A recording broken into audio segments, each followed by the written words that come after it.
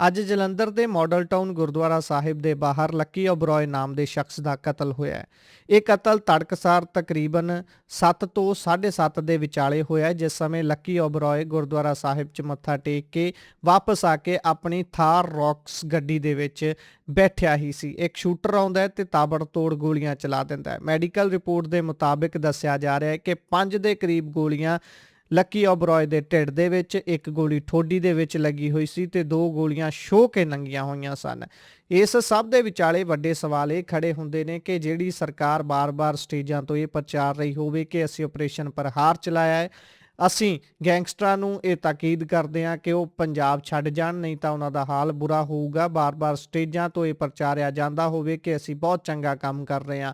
ਦੂਸਰੇ ਪਾਸੇ ਜਿਸ ਸਟੇਟ ਦੀ ਪੁਲਿਸ ਬਾਰ-ਬਾਰ ਆਪਰੇਸ਼ਨ ਪ੍ਰਹਾਰ ਵਰਗੇ ਆਪਰੇਸ਼ਨ ਚਲਾ ਕੇ ਗੈਂਗਸਟਰਾਂ ਨੂੰ ਨੱਥ ਪਾਉਣ ਦੀ ਗੱਲ ਕਰਦੀ ਹੋਵੇ, ਧੜਾ-ਧੜ ਇਨਕਾਊਂਟਰਾਂ ਦੀਆਂ ਖਬਰਾਂ ਆ ਰਹੀਆਂ ਹੋਣ, ਪਰ ਫਿਰ ਵੀ ਇਹਨਾਂ ਗੈਂਗਸਟਰਾਂ ਦੇ, ਇਹਨਾਂ ਸ਼ੂਟਰਾਂ ਦੇ ਮਨ ਦੇ ਵਿੱਚ ਪੰਜਾਬ ਪੁਲਿਸ ਦਾ ਡਰ ਕਿਉਂ ਨਹੀਂ ਬੈਠ ਰਿਹਾ? ਕਿਉਂ ਗੈਂਗਸਟਰ ਜਿਹੜੇ ਅਜਿਹੀਆਂ ਘਟਨਾਵਾਂ ਨੂੰ, ਅਜਿਹੀਆਂ ਵਾਰਦਾਤਾਂ ਨੂੰ ਅੰਜਾਮ ਦਿੰਦੇ ਨੇ, ਉਹ ਡਰਦੇ ਕਿਉਂ ਨਹੀਂ? ਇਹ ਵੱਡੇ ਸਵਾਲ ਨੇ। ਖੈਰ, ਇਹ ਘਟਨਾ ਵਾਪਰੀ ਸਵੇਰ ਦੇ ਸਮੇਂ ਤੇ ਉਸ ਤੋਂ ਬਾਅਦ ਕਰੀਬ 3:30 ਤੋਂ 4 ਵਜੇ ਦੇ ਵਿੱਚ ਪੰਜਾਬ ਦੇ ਡੀਜੀਪੀ ਜਲੰਧਰ ਆ ਜਾਂਦੇ ਨੇ। ਉਹ ਘਟਨਾ ਸਥਲ ਦੀ ਇੰਸਪੈਕਸ਼ਨ ਕਰਦੇ ਨੇ ਅਤੇ ਆਪਣੇ ਸਾਥੀ ਪੁਲਿਸ ਕਰਮੀਆਂ ਤੋਂ ਇਸ ਸਾਰੀ ਘਟਨਾ ਦੀ ਜਾਣਕਾਰੀ ਲੈਂਦੇ ਨੇ ਤੇ ਉਸ ਤੋਂ ਬਾਅਦ ਮੀਡੀਆ ਨਾਲ ਮੁਖਾਤਿਬ ਹੁੰਦੇ ਹੋਏ ਉਹਨਾਂ ਨੇ ਇਹੀ ਆਖਿਆ ਕਿ ਅਸੀਂ ਇਸ ਕੇਸ ਨੂੰ ਬਹੁਤ ਚੰਗੀ ਤਰ੍ਹਾਂ ਇੰਸਪੈਕਸ਼ਨ ਕਰਾਂਗੇ, ਬਹੁਤ ਜਲਦੀ ਅਸੀਂ ਇਸ ਦਾ ਹੱਲ ਕਰ ਦੇਵਾਂਗੇ, ਅਸੀਂ ਜਿਨ੍ਹਾਂ ਨੇ ਇਹ ਘਟਨਾ ਨੂੰ ਅੰਜਾਮ ਦਿੱਤਾ ਹੈ ਉਹਨਾਂ ਨੂੰ ਫੜ ਲਵਾਂਗੇ। ਠੀਕ ਹੈ, ਚੰਗੀ ਗੱਲ ਹੈ, ਕਰਨਾ ਚਾਹੀਦਾ। ਪਰ ਕੀ ਡੀਜੀਪੀ ਸਾਹਿਬ ਖਾਸ ਤੌਰ ਤੇ ਜਦੋਂ ਇਹ ਗੱਲ ਕਹਿੰਦੇ ਨੇ ਕਿ ਇਸ ਘਟਨਾ ਦੀ ਖਾਸ ਤੌਰ ਤੇ ਸੀਐਮ ਸਾਹਿਬ ਨੇ ਮੇਰੇ ਕੋਲੋਂ ਜਾਣਕਾਰੀ ਲਈ ਹੈ, ਕੀ ਸੀਐਮ ਸਾਹਿਬ ਨੂੰ ਆਪਣੀ ਪਾਰਟੀ ਦੇ ਵਿੱਚ ਰਹਿੰਦੇ ਹੋਏ ਵਿਅਕਤੀ ਦੇ ਮਾਰੇ ਜਾਣ ਦਾ ਜ਼ਿਆਦਾ ਦੁੱਖ ਹੈ? ਕਿ ਆਮ ਨਾਗਰਿਕ ਨਹੀਂ? ਹਰ ਰੋਜ਼ ਜਿਹੜੇ ਕਤਲ ਹੁੰਦੇ ਨੇ, ਕੀ ਕਦੀ ਮੁੱਖ ਮੰਤਰੀ ਸਾਹਿਬ ਨੇ ਉਹਨਾਂ ਦੀ ਡੀਜੀਪੀ ਸਾਹਿਬ ਨੂੰ ਖਾਸ ਫੋਨ ਕਰਕੇ ਜਾਣਕਾਰੀ ਲਈ ਹੈ ਵੀ ਇਸ ਕੇਸ ਨੂੰ ਚੰਗੀ ਤਰ੍ਹਾਂ ਸੋਲਵ ਕਰਨਾ ਹੈ? ਕੀ ਸਾਰੇ ਨਾਗਰਿਕਾਂ ਦੀ ਜਾਨ ਦੀ ਕੀਮਤ ਬਰਾਬਰ ਨਹੀਂ ਹੋਣੀ ਚਾਹੀਦੀ?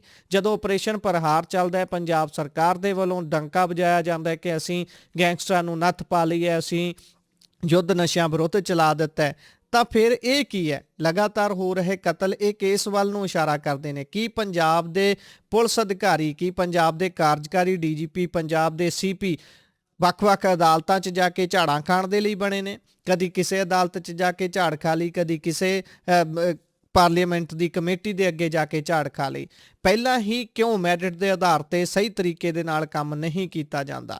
ਸਵਾਲ ਵੱਡੇ ਨੇ। ਖੈਰ, ਇਹ ਕਤਲ ਹੋਇਆ, ਇਸ ਕਤਲ ਦੀ ਜਾਂਚ ਹੋਣੀ ਚਾਹੀਦੀ ਹੈ। ਇਸ ਨਹੀਂ, ਹਰ ਕਤਲ, ਜਿਹੜਾ ਵੀ ਕਤਲ ਹੁੰਦਾ ਹੈ ਉਸ ਦੀ ਚੰਗੇ ਤਰੀਕੇ ਦੇ ਨਾਲ ਇੰਸਪੈਕਸ਼ਨ ਹੋਵੇ। ਪਹਿਲਾ ਕੰਮ ਤਾਂ ਵੈਸੇ ਇਹ ਹੁੰਦਾ ਵੀ ਪ੍ਰੀਵੈਂਟਿਵ ਮੇਜਰਸ ਹੀ ਲਏ ਜਾਣ, ਕੋਈ ਘਟਨਾ ਪੰਜਾਬ ਦੇ ਵਿੱਚ ਵਾਪਰੇ ਹੀ ਨਾ। ਜੇ ਘਟਨਾ ਵਾਪਰ ਜਾਂਦੀ ਹੈ ਤਾਂ ਉਸ ਦੇ ਉੱਪਰ ਸੀਰੀਅਸਨੈਸ ਦੇ ਨਾਲ ਕੰਮ ਕੀਤਾ ਜਾਵੇ, ਉਸ ਨੂੰ ਹੱਲ ਕਰਨ ਵੱਲ ਵਧਿਆ ਜਾਵੇ।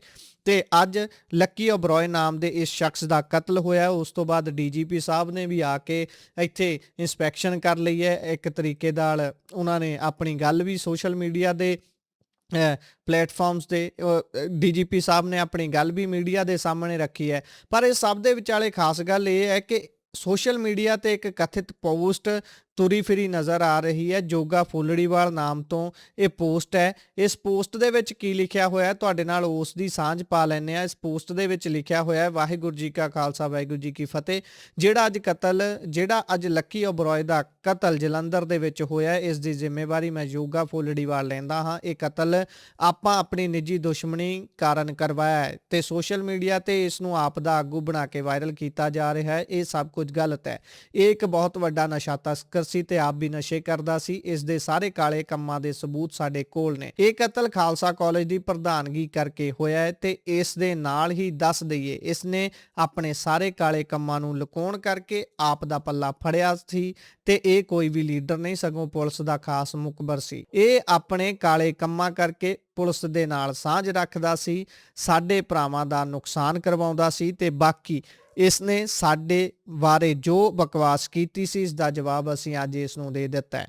ਇਹ ਗੱਲ ਨਾਲ ਹੀ ਦੱਸ ਦਈਏ, ਜਿਹੜੇ ਵੀ ਮੇਰੇ ਬਾਰੇ ਚੰਗੀਆਂ ਮਾੜੀਆਂ ਕਰਦੇ ਨੇ ਉਹਨਾਂ ਨੂੰ ਵੀ ਜਵਾਬ ਜਲਦੀ ਦਿਆਂਗੇ ਤੇ ਜੇ ਕਿਸੇ ਭਰਾ ਵੀਰ ਨੂੰ ਲੱਗਦਾ ਹੈ ਕਿ ਇਹ ਕਤਲ ਨਜਾਇਜ਼ ਹੋਇਆ ਤਾਂ ਉਹ ਸਾਡੇ ਨਾਲ ਸੰਪਰਕ ਕਰ ਲਵੇ। ਨਾ ਅੱਜ ਤਾਈਂ ਕਿਸੇ ਨਾਲ ਮਾੜੀ ਕੀਤੀ ਹੈ ਤੇ ਨਾ ਕਦੇ ਕਰਾਂਗੇ। ਖੈਰ, ਇਹ ਗੱਲ ਵੀ ਵੱਡੇ ਸਵਾਲ ਖੜੇ ਕਰਦੀ ਹੈ ਕਿ ਪੰਜਾਬ ਪੁਲਿਸ ਦੇ ਵੱਲੋਂ ਚਲਾਏ ਗਏ ਆਪਰੇਸ਼ਨ, ਕੀਤੀਆਂ ਗਈਆਂ ਗੱਲਾਂ ਦਾ ਕੀ ਅਸਰ ਹੈ ਜਦੋਂ ਕੋਈ ਵੀ ਕਤਲ ਕਰਕੇ ਇਸ ਤਰੀਕੇ ਦੇ ਨਾਲ ਪੋਸਟਾਂ ਪਾ ਦਿੰਦਾ ਹੈ। ਖੈਰ, ਅਸੀਂ ਇਸ ਪੋਸਟ ਦੀ ਪੁਸ਼ਟੀ ਨਹੀਂ ਕਰਦੇ। ਕਥਿਤ ਪੋਸਟ ਜਿਹੜੀ ਘੁੰਮ ਰਹੀ ਹੈ, ਇਸ ਦੇ ਬਾਰੇ ਵੀ ਡੀਜੀਪੀ ਸਾਹਿਬ ਨੂੰ ਸਵਾਲ ਕੀਤਾ ਗਿਆ ਸੀ।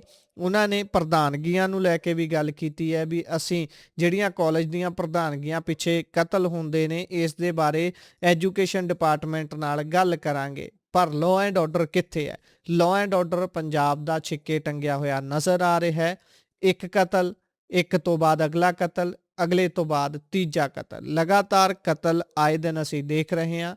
ਪਰ ਧਰਾਤਲ ਤੇ ਇਹਨਾਂ ਦਾ ਕੋਈ ਢੁਕਵਾਂ ਹੱਲ ਨਜ਼ਰ ਨਹੀਂ ਆ ਰਿਹਾ। ਬਸ ਨਜ਼ਰ ਆਉਂਦਾ ਹੈ ਤਾਂ ਹਰ ਵਾਰ ਪਿੱਠ ਥਾਪੜਨ ਵਾਲਾ ਬਿਆਨ।